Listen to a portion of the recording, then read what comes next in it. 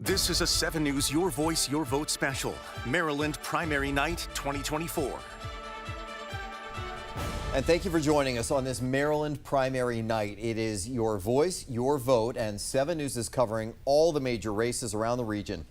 Good evening, I'm Scott Thuman. And I'm Michelle Marsh. Tonight we have a 1-hour Maryland primary special as we dig into the results that could determine the future of the U.S. Congress, the balance of power, as well as many other important local races. We have full team coverage of tonight's wins and those cliffhangers and expert reaction as well to the voters' message on this big night. Yeah, and some big numbers already coming in. An exciting night ahead. We have you covered tonight with a team of reporters at campaign headquarters and watch parties, as well as speaking to voters to hear directly from them and how they're feeling about the election night. And let's kick this off by updating you on the state of perhaps the biggest race of the night, the Democratic primary for Senate.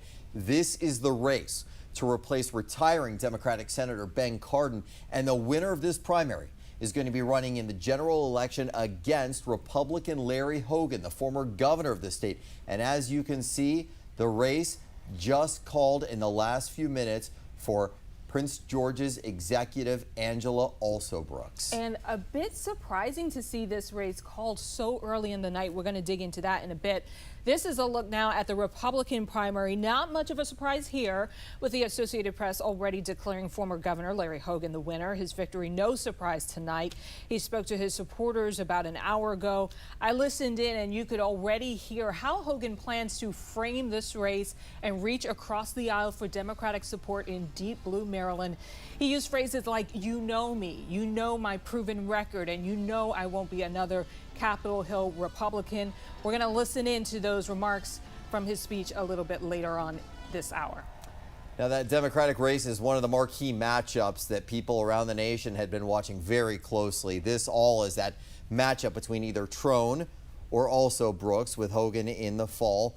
Could well determine control of the U.S. Senate. Republicans hoping to flip that currently blue Senate seat red. Yeah, and recent polling shows both Trone and Alsobrooks running close to Hogan in head-to-head matchups. The national spotlight, of course, on this race. 7 News Maryland Bureau Chief Brad Bell is in Greenbelt. Boy, yeah, I hear the music pumping, the DJ's going, because it's a party there with the latest from the Angela Alsobrooks campaign headquarters. Brad, it must feel like, you know, they're excited because they've got that check mark earlier than we thought was going to happen for tonight. Yeah, no, they're very excited. Look, this is a celebration party. It just happened a little while ago. I'm not sure the room actually knows that AP has called the race. Not so very long ago, one of the campaign workers, one of the leaders of the campaign, spoke to the crowd and said, "We feel very good about where things are." They saw that early tranche of votes that was released, and it was better than they thought. They knew that the early vote, they felt the early vote would go for Mr. Trone, who, of course, has been advertising like crazy for months. She held her money until recently and just started airing her ads in the last several weeks. They felt they were going to trend up, but really nothing like what we are seeing with the margins that she has grown. And it's only grown throughout the evening as the results from today have come in. Now, I've got a guest who knows an awful lot about campaigning statewide right now, Maryland Comptroller Brooke Learman. You endorsed Ms. Alsobrooks. She endorsed you for your election. Are you surprised by what's happened here? No, I endorsed Angela very early because of the work that I saw her do. And I knew what it was like to run statewide as a woman and win, and I knew she could do it. And all throughout the campaign, we've been met with nothing but enthusiasm, support, and an understanding that Angela understands us. She's for us. And I think what we are seeing tonight is that Marylanders saw through the money, right? They saw Angela, and they saw someone who could understand and fight for them, and that's why we're going to win. The money, so $62 million is roughly what Mr. Trone is believed to have spent, as reported that he has spent from his fortune, built with Total Wine and More, the store of liquor, the chain of liquor stores that he and his brother own. What does it say about Maryland voters that $62 million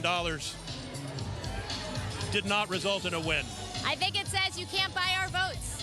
It says we are smart enough to do our own research and decide who we think will best represent us in the federal government. I think it also says it's time that we send a woman back to Washington, D.C. We haven't had any women representing us in Congress or the U.S. Senate in over a decade, and it's time. All right, now she takes on Larry Hogan. How can she overcome Mr. Hogan's popularity? I think that she is going to do it and run a great campaign.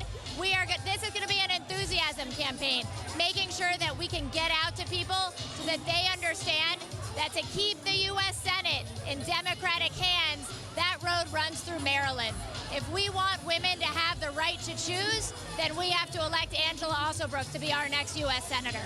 Thank you very, very much. I appreciate it. All right, well, we have not heard from the candidate. We don't know when that will be. Everyone's surprised that this has been called. I'm surprised. There are still about 200,000 mail-in ballots out there, but they believe that they will not change the result. I'll send it back to you. All right, Brad, talk to us. We heard a little bit of it from that interview you did, but talk to us about the historic nature that this race presents. There have only been a handful of women in the Senate.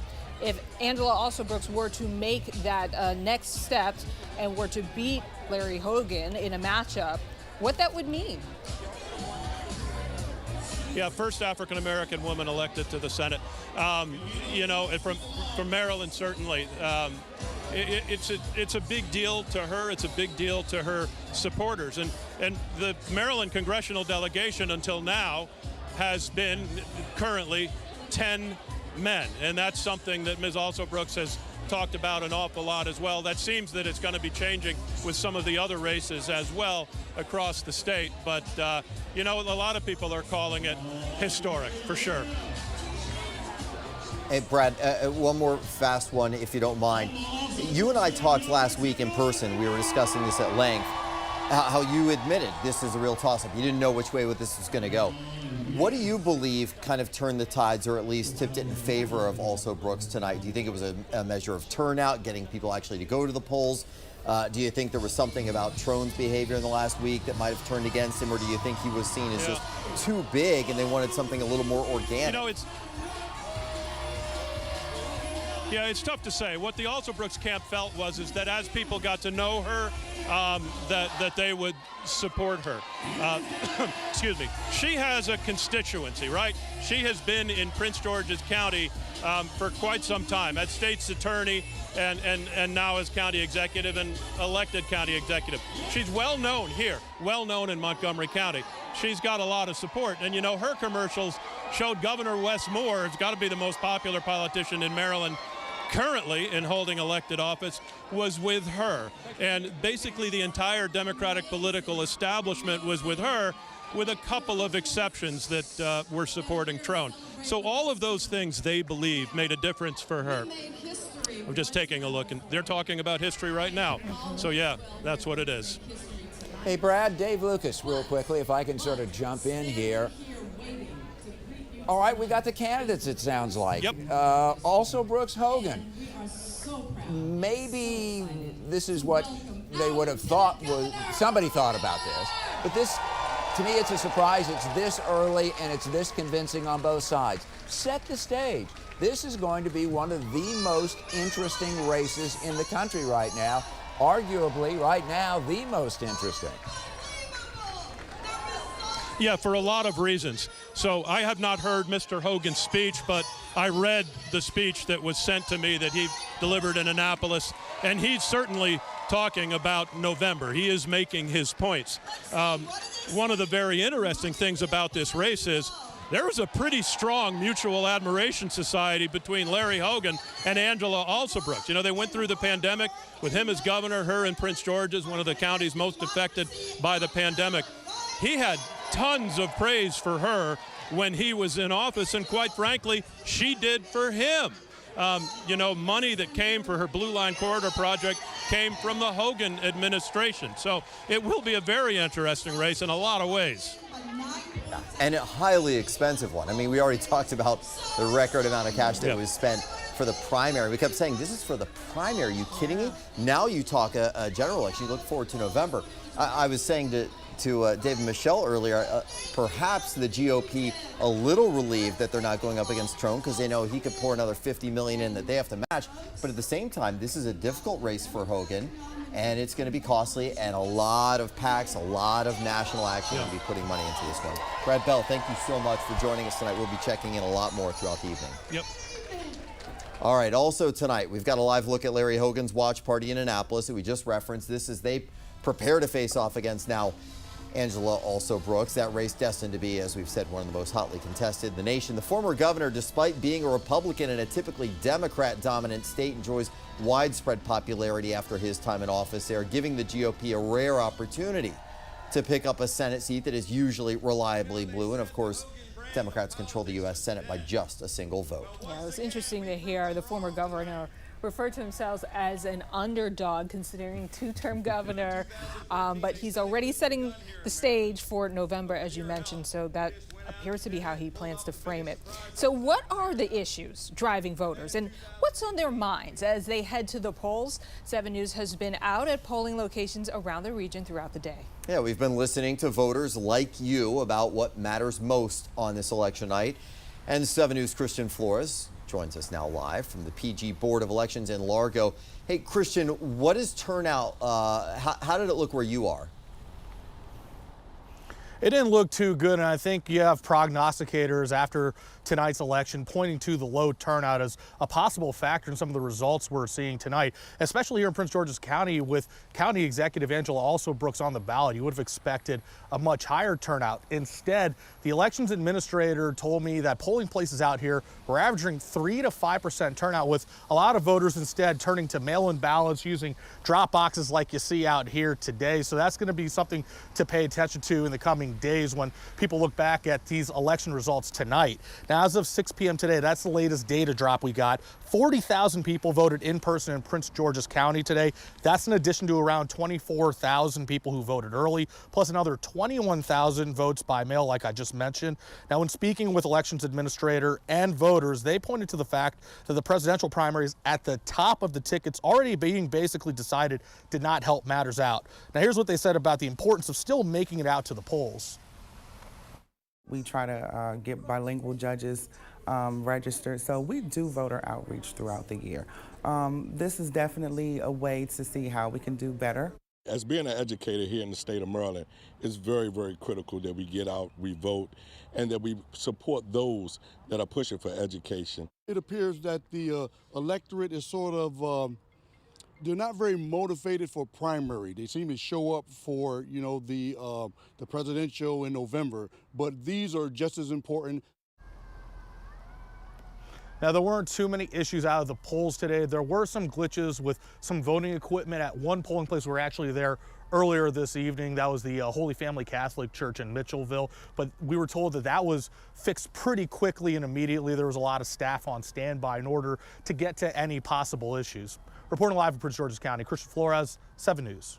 Hey, Christian, thank you. Now back to that major development tonight regarding David Trone, the congressman who is trying to fill retiring Senator Ben Cardin's shoes. Yeah, he poured so much of his own fortune into this race. A lot of folks believe that that would buy him independence. At least that's the way he was framing it. Rebecca Pryor from our sister station up in Baltimore joins us live now from the Trone headquarters, and that's where the campaign party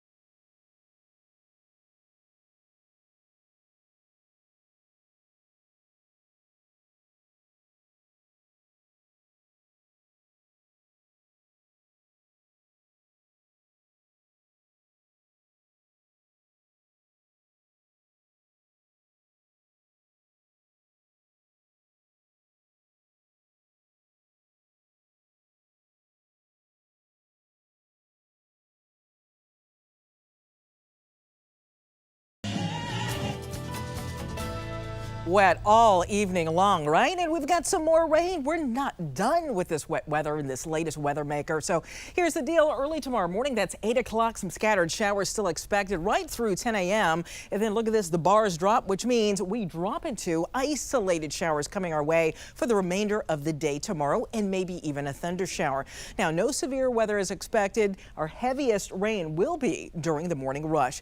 The other thing I'm keeping my eye on is the chance for some patchy fog right now. 3-mile visibility being reported at Quantico, and we could have more pockets of fog for your early morning rush. So right now we're seeing Fredericksburg area getting some moderate rain down around Richmond. That heavy band will clip right over southern Maryland as this area of low pressure scoots to the north and east. So that's what I'll be tracking here over the next couple of hours. But more wet weather certainly expected across the area, with temperatures tomorrow morning expected to be in the low 60s. We'll take a look at tomorrow morning's rainfall amounts and, of course, look at the high temperature for the afternoon next.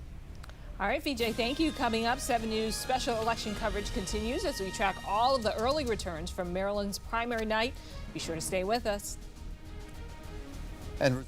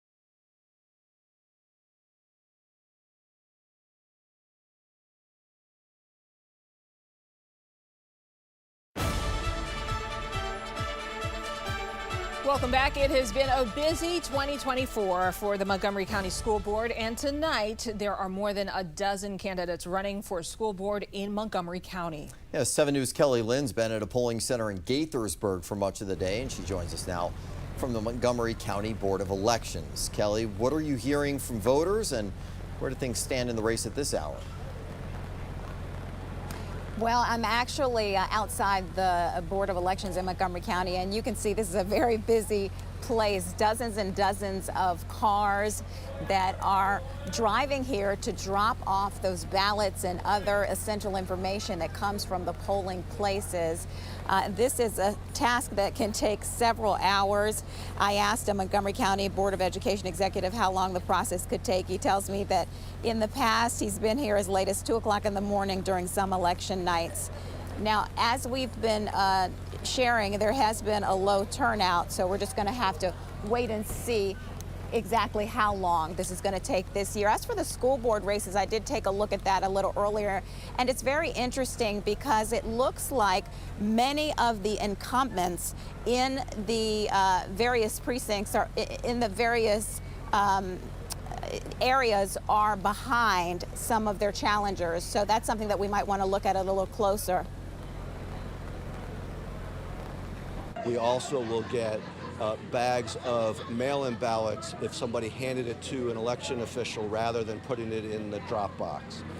All those things, when they get here, go in different places in order to be, and then the ballots, the information gets uploaded. It goes to the State Board of Elections. They're the ones who post the results online. And that is David Naiman. He was talking to me a little bit about the process of what happens once the ballots are turned in and then the polling workers get a hold of him. He, of course, is president of the Montgomery County Board of Elections. Back to you all. All right, Kelly, so you answered part of my question, but can you walk us through some of the, I guess, greater detail of the process and how they authenticate each ballot? Because, of course, at the end of the day, everyone wants to trust that their vote is being counted.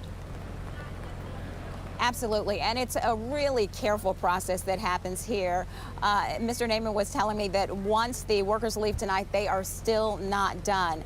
Tonight, the results that you see in the various races are from early and in-person voting, and some mail-in ballots are also being tallied tonight. But the workers will go home, and then they will return tomorrow to prepare the rest of the ballots for tallying, and that is going to happen on Thursday. That's when that officially will take place. Now, as for the provisional ballots, he also tells me that those are the last to go. He says that that probably will happen. Those ballots will be prepared and will be tallied sometime next week. Reporting live in Gaithersburg, Kelly Lynn, 7 News. All right, thank you, Kelly. We continue now with our special election night here on 7 News as we're tracking all of the returns on Maryland primary night. And 7 News' John Rogers has been tracking the early numbers for us. So, John, what kind of numbers are we seeing coming out of the Republican primary? Well, over the Republican primary, frankly, you know, this was called very early on. Larry Hogan won overwhelmingly.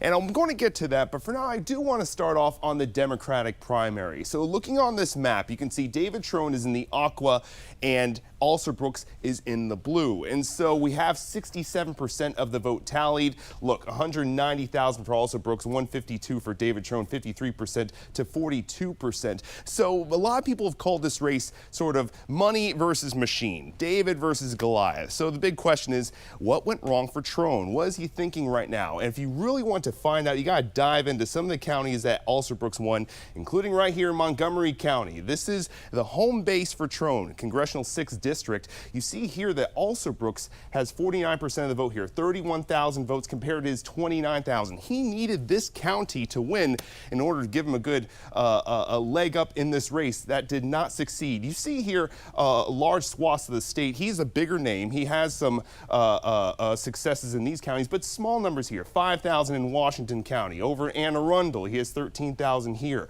But what really helped out Alsobrooks was this central belt. This is where the race was won or lost, especially in Baltimore. There was a heavily contested mayoral race there, large turnout. Look, 21,000 votes was received there. That really helped her to turn the tide. Now, coming up in the next hit, I'm going to talk more about this Republican race, about some of the lessons we're learning from the numbers here, guys. Thank you for that breakdown. I was really interested in those numbers, and I think that helps tell the story why we saw the returns come in so quickly because of those upsets in those must-win counties for Trone.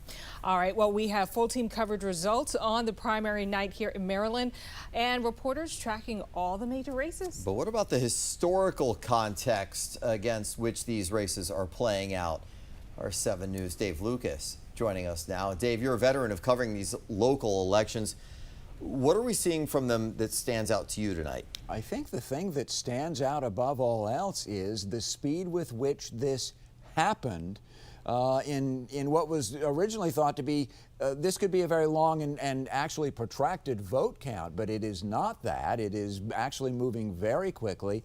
And what it is also doing, it is showing that it is possible to spend a huge sum of money to try and get yourself elected.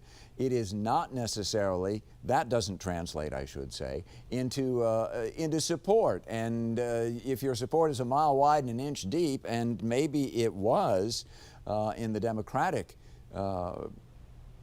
voting that it doesn't work. We've got some expert advice, I should say. Professor Todd Eberly with St. Mary's College is joining us this evening. First of all, Professor, great to have you with us. Let me get your impression here. There are a lot of folks, I think, sort of looking at each other and thinking, we thought this was going to go a lot later into the night. What'd you think? Yeah, I thought it would as well. I even thought there was a possibility that mail-in votes, we'd have to wait until they were counted. In the end, it was a great night for the Democratic Party establishment. Not only did Alsobrooks win, and she had clear party support, in the 3rd district, it looks like Sarah Elfreth is going to win over Harry Dunn. April McLean Delaney looks like she's going to win in the 6th district. And in Baltimore City, Brandon Scott is looking pretty good. And those folks all had very clear support from major players in the state party. It occurs to me that there are a couple of places here that we can drill down in. You mentioned one of them, Baltimore City. I think that Alsobrooks did well in the city. She did well in the county. She also did particularly well, it seems to me, in Montgomery County, and that was sort of the firewall for her opponent. Didn't turn out to be that way, though, did it?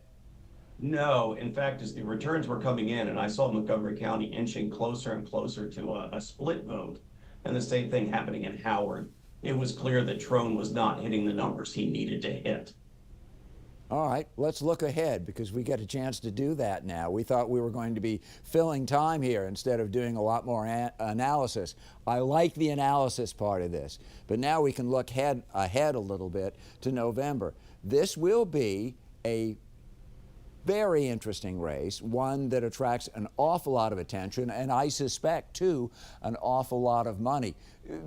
Do the early handicap for us on this. Governor Hogan and the Democratic nominee, Angela Alsobrooks. Well, I mean, Angela Alsobrooks just defeated the $60 million man. So that makes her a pretty formidable opponent come November. And I'm really watching those margins in Larry Hogan's race. He's down to about a 32-point lead over Robin Vicker. Now that sounds impressive, but what the Hogan folks need to hope for is that there isn't a significant Donald Trump vote that might stay home on election day. If that margin remains like this, I'd be worried. I think you make a really good point there. If he winds up with not quite a third of the votes cast on the GOP side, those are votes that Larry Hogan is going to have if he's going to run a credible race against Angela Alsobrooks. And there is about as much of a divide between the Trump camp currently and the Hogan camp. Does somebody have to sort of bridge that gap, do you think?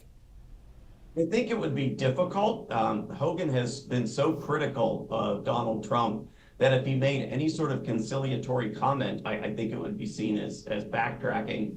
And I don't know that Trump wants to do a thing to help Hogan, but that's probably what it would take to turn out the Republican vote. But then he would lose Democratic votes, which were always the key to his victory. And there are implications beyond just the Maryland borders, too. Control of the Senate is going to be something that we're going to be talking about in the days to come. Professor, thanks so much. Great to have you with us and an important perspective on what we're seeing. It's one thing to look at the numbers, it's another thing to look at the story behind them, and that's what we're going to be doing for you the rest of this night. Yeah, you're right, Dave. And just an update there, the professor had referenced the Delaney race. That's been declared now. April Delaney winning Maryland's 6th district, which is kind of a fun race to watch because that's the one where she's now potentially up to fill the seat from her husband, who was member of Congress, John Delaney, for 6 years before he decided to run for president. So April Delaney may very well be taking the seat once removed now from her husband, John Delaney. Meanwhile, in Maryland, it is one of the marquee matchups that people all around the nation have been watching. This is the matchup between either Trone or Alsobrooks. We now know, of course, it is going to be Angela Alsobrooks with former Governor Larry Hogan in the fall. That could very well determine the control of the U.S. Senate. We want to go back now to our Brad Bell. He is live at Alsobrooks headquarters and the party there. She's not quite there on the stage just yet, but I understand you have a guest with you, Brad. Well, I'm hoping to have Senator Chris Van Hollen with me, and quite frankly, I think what's going to happen is he's going to awkwardly climb up here in the middle of our chat. I'm looking at his aide, and they're trying to get him over to us. Look, this became a celebration far earlier than anyone thought when the AP called it. Really before then, when the early results started to come in, the very first release of votes, they had looked very carefully at them. Here comes Senator Van Hollen. He's going to come on out up here now, so I'll just keep talking. When the early votes came in, they were loving the trends here in this room. There were certain things they were looking for. Senator, you can climb right up. It's a little awkward. You're young and athletic. Hey, look, thank you for joining us. We're already on live here right now. Look, what do you make of this? Are you surprised? I'm not surprised. I know Angela Alsobrooks. I know her determination. That's how she's led in Prince George's County. That's what she did in this campaign, and she's going to beat Larry Hogan in November. Look, a lot was made of endorsements here. Mr. Trone spent $62 million putting ads on with the people that endorsed him. And then you popped up a couple of weeks ago standing side by side with the governor. Do you think that when she started to spend money, when those ads started to appear, did that make a difference? Well, she ran a grassroots, people-powered campaign from the beginning. And I think what you saw at the end of the day is how that people power just overwhelmed the money machine. Well, just tell me about that. I mean, you know, there's a different type of campaign. She has had this seat here in this community, and she talks about building this field of support. That's different than Mr. Trone's base of support? Right. Her approach was sort of from the bottom out and the bottom up, not just money from the top down. And that's the way she governed in Prince George's County. That's why I know she's going to make a great United States Senator. Okay, now on to the next thing. Mr. Hogan is out there. He's looming. He's already made a speech talking about looking ahead. How is this race going to play out? He is hugely popular in this state. I think people recognize there's a big difference between voting for somebody for governor and the United States Senate, because a vote for Larry Hogan is a vote to put MAGA Republicans in charge. It's a vote for Ted Cruz and Josh Hawley and all the extreme right MAGA folks in the United States Senate. This is a 50-50 Senate right now, so Maryland is not going to want to be the state that swings the Senate toward the Republicans. All right. Thank you very, very much. I appreciate you jumping up here. I'm glad we didn't fall down. Be careful as you step down. Look, that is the feeling here, right? Those who supported Ms. Alsobrooks believed that she had a natural base of support that she had built up around the state, and that was different than Mr. Trone's. They believed deeply that resonated with the voters as her message got out. We know her well in this market, but she became well known in Baltimore when her ads started airing up there. So the celebration continues. We expect to hear from her actually quite soon as well. So I'm going to send it back to you guys now. All right, Brad, hopefully you can hear me over Frankie, Beverly, and Mays there playing in the background. But I found it interesting that Senator Van Hollen pointed out that a vote for Hogan would be sending a MAGA Republican. And I know you didn't get a chance to listen to all of the former governor's speech, but in his speech, he actually said, "I will not be another Republican heading to Capitol Hill," already making that distinction, already promising women in the crowd that he would protect their right to choose. Do you think that will be a tough divide or split hair for the former governor to make there? A tough hair to split? Well, look, you know, I talked to Governor Hogan yesterday about these very subjects. And with regard to him being MAGA, you know, during his entire term, you know, he said, "I'm not a supporter of Donald Trump at all." He created tremendous distance from Donald Trump through the term. Trump called him a terrible governor at one point. Now, apparently, for this race, they're not talking about each other. But yeah, that is going to be the battle, right? You've heard it now from two statewide elected Democrats, Senator Chris Van Hollen and Controller Brooke Learman. They're going to try to tie Larry Hogan to Donald Trump. If they're successful, you know, we don't know whether or not they're going to be successful. On the question of abortion, you know, the former governor has been quite clear that he will not, he says, vote for a ban on abortion. He says he will not be the one that casts that vote. The next question, and the one I've asked him, will he vote to codify a woman's right to an abortion? Now, several weeks ago, I asked him, and he said, "I got to think about it." I asked him about it yesterday, and he said he was not ready to commit. He said we're going to be talking about that an awful lot in the months ahead. So that is a position that he is going to certainly have to firm up. But that is going to be his big challenge, is to get that distance from Donald Trump. And he'd worked, very hard for his 8 years in office to make sure people were clear that he was not a Trump supporter. He didn't vote for him. Brad, thank you so much for that point of view. We want to turn it over to now Scott Thuman and Dave Lucas standing by. And while you have Hogan running away from Donald Trump, you have other candidates in West Virginia running toward him. Yeah, and we're lucky to have Dave here because you and I, we love to, off camera, throughout the newsroom, talk all day politics. But now we get to do a little bit here, and what I'm fascinated to pick your brain about is as we talk about West Virginia that Michelle just mentioned. Okay, Maryland, now we know, yes, Republicans believe they can pick up a seat there. Cardin, Democrat, retiring. Hogan, the GOP, they have their eyes set on that. Can they flip it? Possibly. We don't know. But there's another big race that looks even more likely for Republicans to pick up a Senate seat from a Democrat, and that's in West Virginia. Joe Manchin is retiring.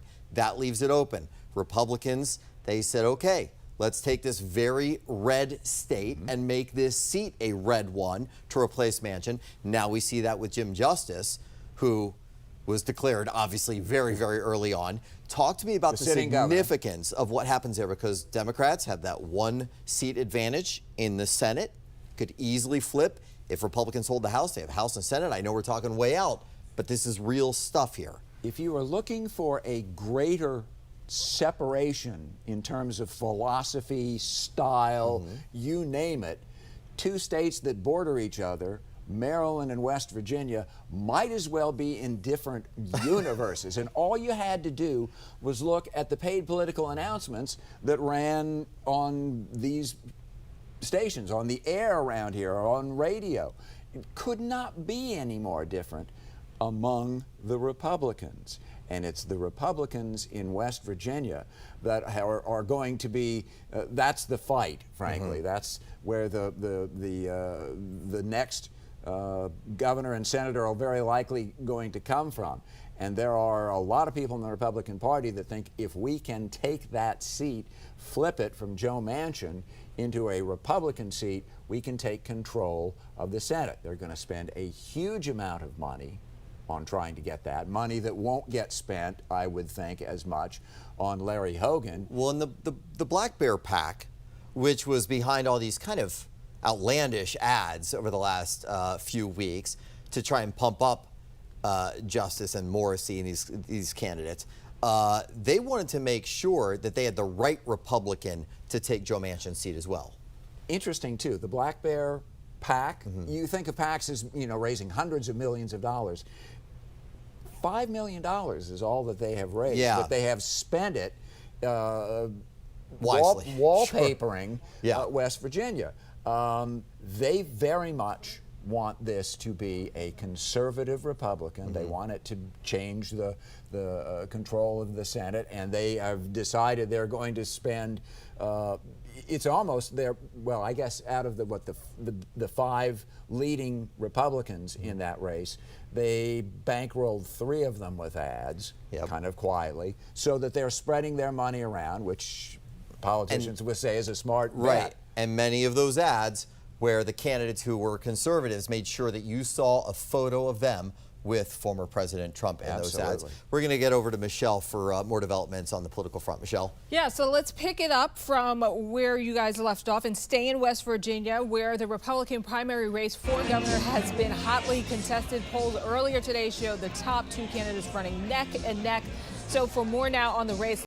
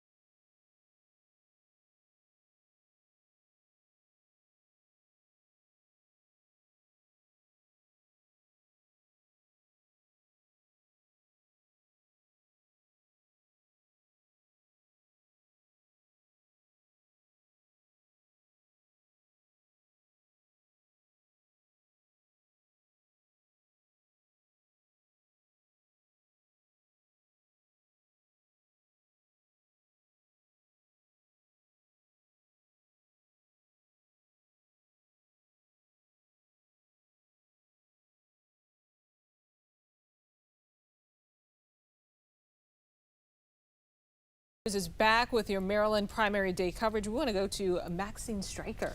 Yeah, she's with our Baltimore sister station joining us live. Maxine, what kind of response are you seeing from voters tonight? I know you were keeping a close eye. There are 22 members on the ballots trying to take John Sarbanes' seat, for example. Really hotly contested races your way. Yeah, a very, very closely watched race, and that race now called for Senator Sarah Elfreth.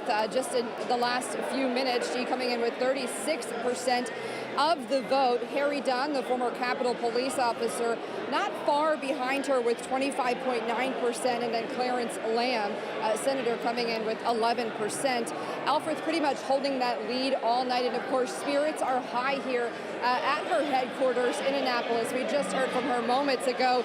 That race between her and Harry Dunn, the former Capitol Police officer, gained national attention. Dunn outspending Elfreth by $4.5 million, a large war chest. In comparison, Elfreth raised about $1.5 million in this race, but that proved to be enough for her tonight. In her speech just moments ago, Elfreth exclaiming, "We are now one step closer to putting a woman in that seat in Congress."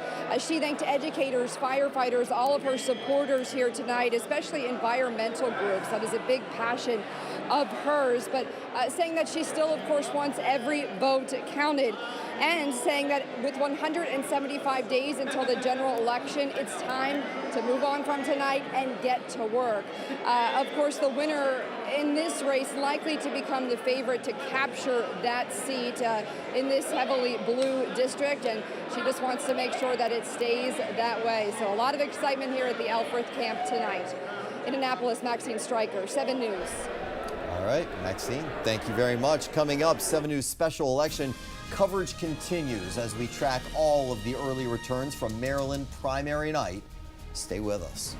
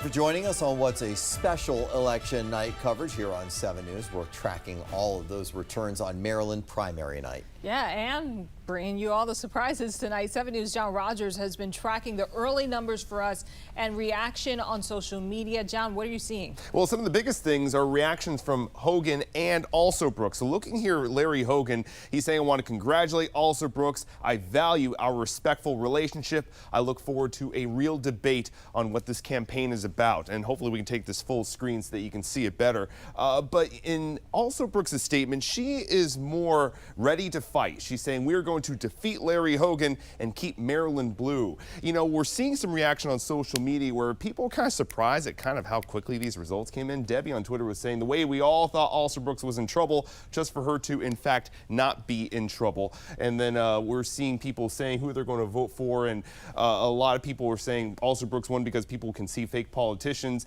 We're seeing various reactions, too, on also some races in the Republican side as well, guys. But again, you know, it's people are surprised how quickly we saw these results. John Rogers at the Alert Desk. Thank you. No one more surprised than David Trone, perhaps. Let's listen into his remarks.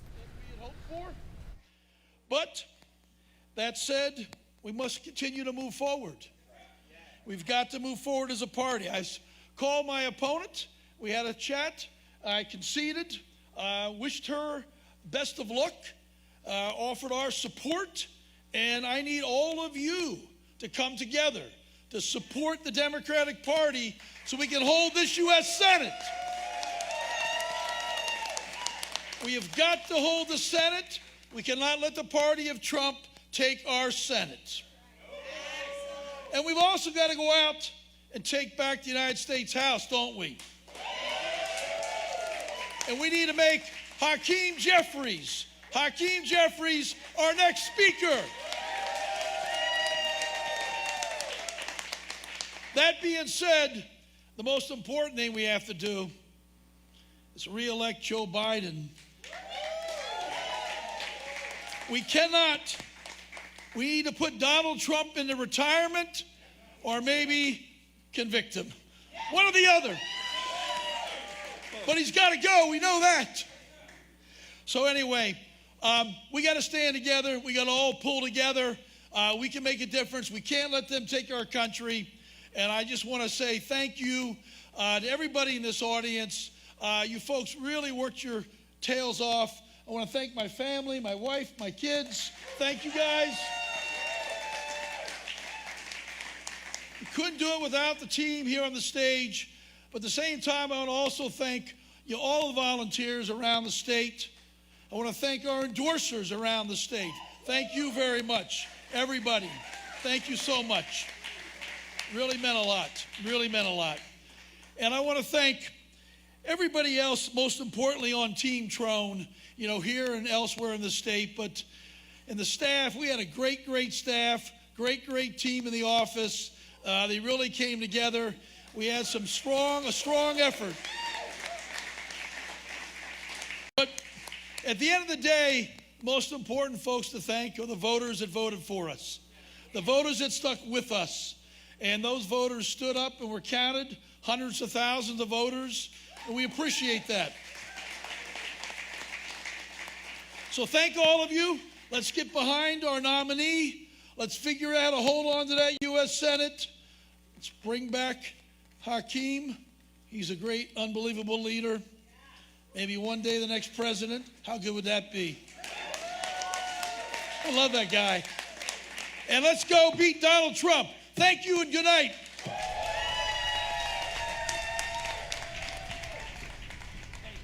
All right, you've been listening to David Trone give a very brief speech there. It seems like he's already absorbed the fact that he lost tonight and is already looking ahead, moving forward, and talking about the general election. Yeah, and the ultimate goal in his eyes and a lot of Democrats, beat Donald Trump. All right, much more to come. We'll be right back.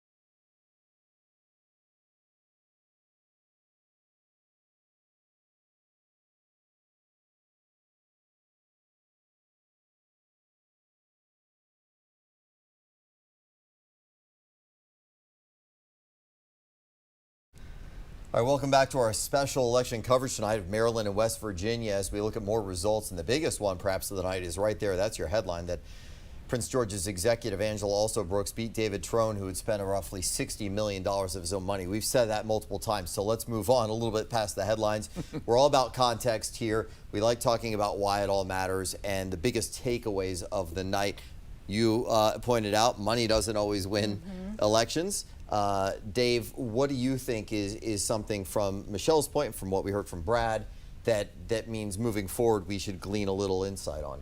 55% is the accepted definition of a landslide, and that looks like that's going to be what Angela Alsobrooks gets out of this. Larry Hogan is going to now have to raise a lot of money. He's going to have to bring the MAGA wing of the Republican Party together, and he's going to have to try and pick off Democratic votes, which could be very difficult given Angela Alsobrooks' strength across the state. His is a tall order all of a sudden. Well, it looked like a doable thing, and it may yet be. It sounds like a complicated recipe. Tonight, yeah. he's got his work cut out for him. Because yes, complicated is the right word, because if you're supposed to win over MAGA Republicans who already have decided you're the enemy because you're an enemy of Donald Trump, and you're in a state like Maryland, you better hope that they're willing to hold their nose and vote for you because they want a Republican to take that Senate seat. That may very well be what happens in November. The voting booth is a moment of truth for a lot of people, so we'll see. But, and a lot can happen between now and November. So a ton will, right? All of it, exactly. Amen. Thank you so much for joining us for our special election coverage. And remember, you can find all of the results from tonight on our website, wjla.com/elections. And make sure to join us over on Channel 7 now for the news at 11 o'clock. Thank you, everyone. Have a great night.